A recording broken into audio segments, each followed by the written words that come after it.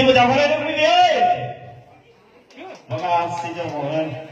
Vâng, một lần nữa thay mặt cho những người làm chương trình và đỡ lời mời cho hai bên gia đình và cũng như là đỡ lời mời cho cô dâu chú rể, xin trân trọng kính mời toàn thể các cụ ông, cụ bà, cô dì, chú bác, các bạn học hành ưu tú có sự thể hiện của Hoàng Nghiêm.